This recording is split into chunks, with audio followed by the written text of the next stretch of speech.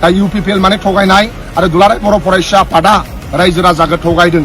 Hello मानगोनां रायजो राजा लोगो नोंथांमोननि थाखाय मोनसे गोदान भिडिअ लानानै फैदों आरो बे गोदान भिडिअआनो जाहैबाय जोंहा मोनसे बिपिएफनि दैदेनगिरिफोरजों लोगोसे माखासे रायजो राजाफ्रा दिनै इउपिपिएलनि दैदेनगिरि जोंहा बिटिआरनि चिफ प्रमद बर' सारखौहाय गोख्रों रावजों सोंखारिनायखौ जों नुनो मोन्दों आरो गोख्रों बाथ्राजों जों बुंनायखौ नुनो मोन्दों।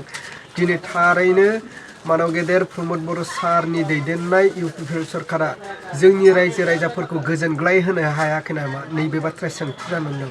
थारैनो प्रमद बर'नि सालायनाय इउपिपिएल सरकारा जोंनि रायजो राजाफोरनि गोरोन्थि खामानि मावदों नामा नैबे बाथ्राया सोंथि जानानै दं।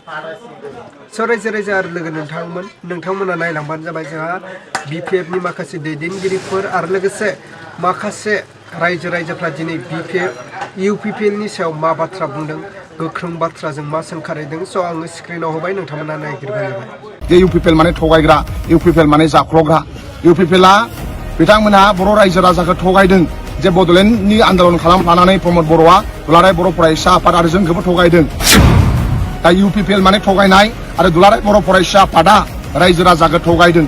भेन्सार स्कुलनि मास्टारफोरखौ सरकारि खालामगोन होनबाय, दिनै भेन्सार स्कुलाबो खालामला।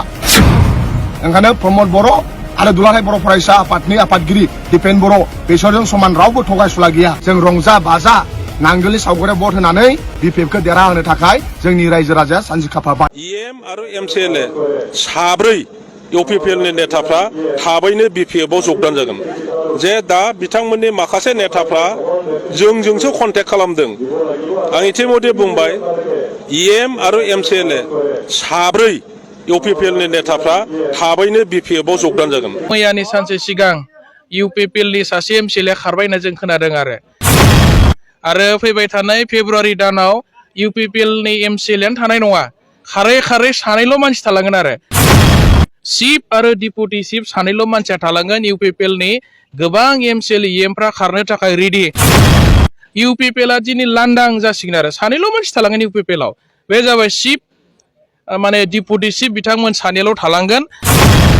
अब्ला मानव गेदेर रायजो राजा लोगो नोंथांमोना थारैनो खोनाखाबाय आरो बुजिखाबाय।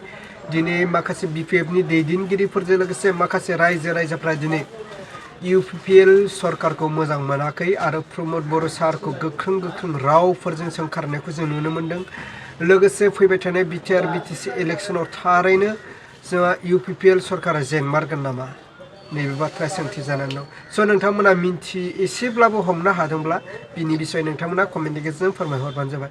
जे नोंथांमोननि कमेन्टखौ फरायनानै फैबाय थानाय बिटिआर बिटिसि इलेक्सनाव सासे मोजां लिडारखौ गोजौ दैथायहरनो हायो आरो बिटिआरनि चिफ महरै जोङो दैथायहरनो हायो जे जोंनि बर' हारिजों लोगोसे गोबां रायजो राजाफोरखौ जाहाथे हेफाजाब होयो। अब्ला आं दिनै भिडिअखौ बेखिनियावनो फोजोबबाय। भिडिअखौ मोजां मोनोब्ला लाइक खालाम आरो चेनेलखौ मोजां मोनोब्ला साबस्क्राइब खालामनानै होबानो जाबाय।